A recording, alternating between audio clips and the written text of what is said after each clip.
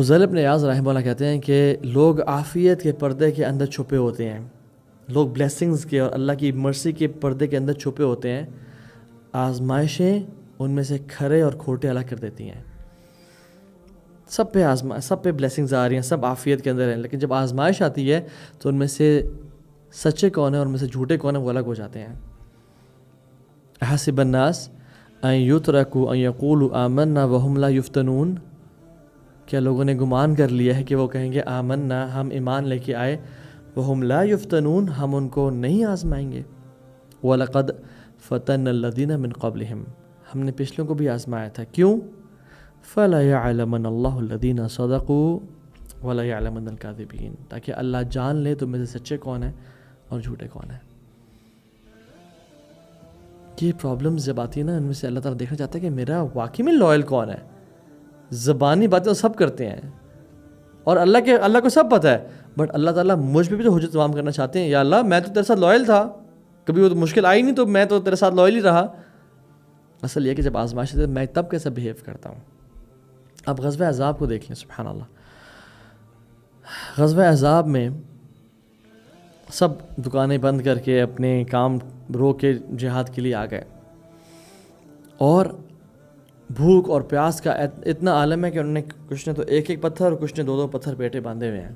جن لوگوں کے دل میں دنیا کی محبت تھی اور ان کو یہ سب کمپرومائز کرنا اور اللہ کے لیے یہ آزمائش سے گزرنا اور ایک پریشانی سے گزرنا مشکل لگ رہا تھا، وہ قرآن میں کہتے ہیں وَإِذْ يَقُولُ الْمُنَافِقُونَ وَالَّذِينَ فِي قُلُوبِهِم مَرَضٌ، منافقین نے کہا جن کے دلوں میں مرض تھا، اور مرض یہاں دنیا کی محبت بھی ہے، الوحن ہے کہ یہ کیا ہو گیا ہمارا دنیا کمپرومائز ہو رہی ہے آخرت کے لیے، کہتے ہیں ما وعدنا اللہ ورسولہ الا غرورا، کہ اللہ اور اس کے نبی کا جو وعدہ تھا وہ جھوٹا تھا۔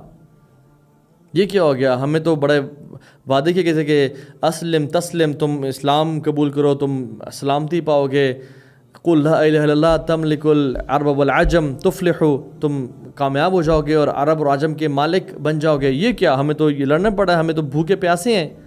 ٹیمپریری ایک ٹائم ہوتا ہے، ایک فیز ہوتا ہے، اللہ آزما رہا ہوتا ہے۔ یہ تو بے صبرے ہو گئے، بے چینی میں آ گئے، صبر یہاں پہ چیز ہے۔ مومنین کیا کہتے ہیں؟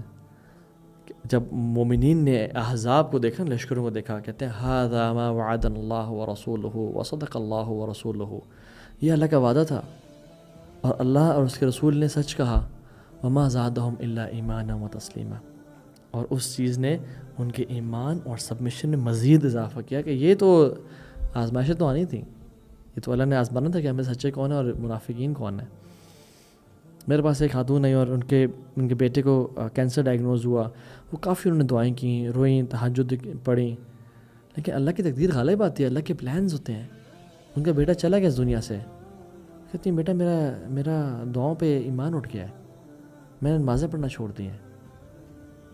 ہم اس لیے دعائیں کرتے ہیں کہ اللہ ہماری بات مان لے، ہم دعائیں اس لیے کرتے ہیں کہ ہم اللہ سے قریب ہو جائیں، اللہ کی محبت ہمیں مل جائے، اپنا کام کروانے کے لیے نہیں مانتے۔ اصل ہم جو وظیفے پڑھتے ہیں وہ اس لیے نہیں پڑھتے کہ اللہ ہمارے ہم جو چاہتے ہیں وہ ہو جائے، that is secondary and tertiary مقصد۔ اصل مقصد ہم اللہ سے اللہ کی محبت مل جائے ہمیں۔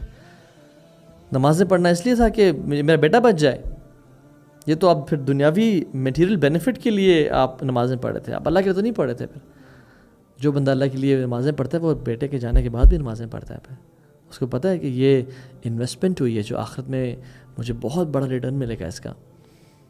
لوگ نمازیں چھوڑ دیتے ہیں، مال نہ ہو تو لوگ حرام کمانا شروع کر دیتے ہیں۔ آپ ایسا نہ کریں، مال نہ ہو تو حلال پہ سفائز کریں، حلال میرے لیے کافی ہے۔ رشتہ نہ بھی ہو رہا ہو تو میں کوئی حرام ریلیشن شپ نہیں شروع کروں گی، میں پکچرز نہیں لگاؤں گی، میں لوگوں کو خود اٹریکٹ نہیں کروں گناہ کر کے، نہ، میں حلال کام ہی کروں گی چاہے آئے یا نہ آئے، and we try our best, but جو اللہ نے لکھا ہے ہم اس پہ راضی ہیں۔ ہم نہیں کہتے کوئی شخص مشکل وقت میں اس نے ہمارا ساتھ دینا ہو بٹ وہ نہ دے اور ہمیں چھوڑ کے چلا جائے اور بعد میں ملے تو میں تو دیکھ یہ تھا، ہم کہتے ہیں ہم جانتے ہیں آپ کتنے پانی میں ہیں۔ تو اللہ تعالیٰ بھی جاننا چاہتا ہے کہ ہم لوگ کتنے پانی میں، اور ہم پہ حجت تمام کرنا چاہتا ہے کہ ہم کتنے پانی میں ہیں۔ تو ہمیشہ جب بھی مصیبتیں آزمائشیں آئیں، آپ کہیں اللہ تعالیٰ یا اللہ میں تیرا ہی ہوں، اور تو مجھے ٹیسٹ کر رہا ہے، مجھے پتہ ہے تو مجھے سب دے یا نہ دے، میں تیرا تھا، تیرا ہوں اور تیرا رہوں گا، میں کبھی تجھے نہیں چھوڑوں گا، کیونکہ مجھے پتہ ہے کہ میرا تیرے علاوہ دروازہ ہی کوئی نہیں ہے، میرا تیرے علاوہ ولی، دوست، مولا ہی کوئی نہیں ہے.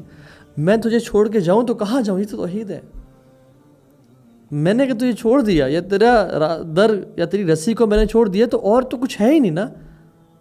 ادھر I'll have to go through life with you or without you. تیرے بغیر تو عذاب ہے، تیرے ساتھ ہی سب کچھ ہے.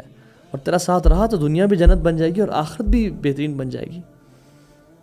اور پانچواں جو اس کا پوائنٹ ہے، اللہ سبحانہ وتعالیٰ ہمیں ان پرابلمس کی وجہ سے اپنی محبت دینا چاہتا ہے، ہمیں اپنے قریب کرنا چاہتا ہے.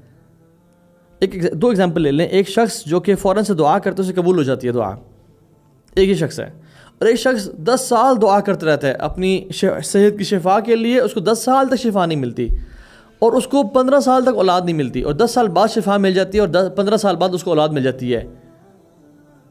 کون بہتر ہے ان میں سے کہ اس شخص نے 10 سال دعائیں کی اللہ کے ساتھ، اس نے 10 سال اللہ کے ساتھ تہجد پڑھی، اللہ کے لیے تہجد پڑھی، 10 سال اس نے اللہ کے ساتھ جو اس کو محبت ملی نا in return as compared to the first person, وہ چیز ان میچڈ ہے.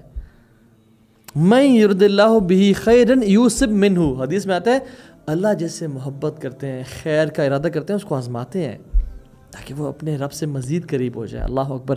ہم کیوں یہ بھول جاتے ہیں کہ ہمارا سر لمبا تب جھکتا ہے جب ہم مصیبتوں میں ہوتے ہیں، ہمارے آنسو تب زیادہ نکلتے ہیں جب ہم پرابلمز میں ہوتے ہیں.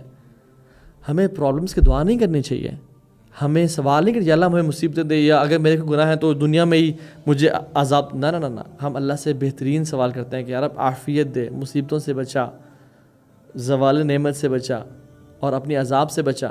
اور ہمیں اگر ہمارے گناہ ہیں تو ہمیں معاف کر دے، ہمیں عذاب نہ دے. بٹ اگر کچھ آ جائے تو ہم کہتے ہیں یا اللہ ہم تیرے ہی ہیں، چاہے تو رب ہے، میں تو یہ باؤنڈ نہیں کر سکتا، لیکن میں چاہتا ہوں کہ میں تیرے ساتھ ہمیشہ راضی رہوں اور تو میرے ساتھ ہمیشہ راضی رہے. اور یہ جان لیں کہ اس کے پیچھے حکمت کیا ہوتی ہے. اللہ سبحانہ وتعالیٰ ہمیں اپنی محبت دے رہے ہوتے ہیں. محبت کا جو گفٹ ملا نا، that is much better than everything in this world. چاہے وہ اولاد ملے یا نہ ملے، چاہے صحت ملے نہ ملے، اگر مجھے اللہ کی محبت مل گئی ہے تو میرے تو بلے بلے، پھر آخر تو کامیاب ہو گیا. اور چھٹی چیز جو اس کا بہت بڑا بینیفٹ ہے، اللہ سبحانہ وتعالیٰ ہمارے گناہ معاف کر رہے ہوتے ہیں. بہت سارے گناہ ہم کر کے بھول جاتے ہیں، لیکن وہ ہمارے نام اعمال میں ہوتے ہیں. کیا آخرت میں عذاب اور جلنے سے بہتر ہے یا اس دنیا کی چھوٹی موٹی مصیبتیں، مشکلات آ جائیں اور ان سے جھڑ جائیں ہمارے گناہ؟ مختلف احادیث ہیں جو اس باب میں آتی ہیں. اللہ سبحانہ وتعالیٰ اپنے بندے کو آزماتے ہیں، مصیبت دیتے ہیں. وہ بندہ اس کا لائل ہوتا ہے، نمازیں پڑھنے والا ہوتا ہے، حیا والا ہوتا ہے، اپنے آپ کو کور کرتا ہے، بہترین سنت کے مطابق زندگی گزارتا ہے، اور اخلاق بھی اس کا اچھا ہوتا ہے. لیکن اس کو آزمائش آتی ہے، مصیبت آتی ہے، پرابلم آتی ہے. اتنی آزمائشیں آتی ہیں until he meets اللہ سبحانہ وتعالیٰ with no sins at all. اللہ اکبر. وہ اللہ کے ساتھ کس طرح ملتا ہے؟ اس کے برے اعمال ہوتے ہی نہیں ہیں، ایک بھی نہیں ہوتا. کتنی خوشی کا دن ہے وہ، کتنی خوشی کا موقع ہے وہ. اللہ اکبر. اور ایک اور حدیث میں آتا ہے کہ میرے بندے کو چاہے تھکاوٹ ہو، یا انزائٹی ہو، یا پین ہو، یا وہ ٹارچر سے گزرے، یا اس کو ہم ہو، کسی قسم کی تکلیف ہو، ملٹیپل 6 چیزیں آتی ہیں، یا حتیٰ کہ کانٹا بھی چبھے تو اسے گناہ معاف ہوتے ہیں. ایک کانٹے کے چبھنے سے، ایک پریشانی سے، ایون ٹو دا ایکسٹینٹ کہ مجھے احساس ہونا کہ اوہ میرا موبائل کدھر ہے، اور میں دیکھوں ہاں میرے پاس ہے، اس سے بھی گناہ چڑھتے ہیں. اللہ اتنی ہم سے محبت کرتا ہے اور ہمارے گناہ معاف کرنے پہ تلا ہوا ہے. بٹ ہم ہیں جو کہ نہ اللہ کی طرف رجوع کر رہے ہیں، نہ توبہ استغفار کر رہے ہیں، اور اگر مصیبتیں آئیں اس پہ بھی بے صبری ہو جاتے ہیں.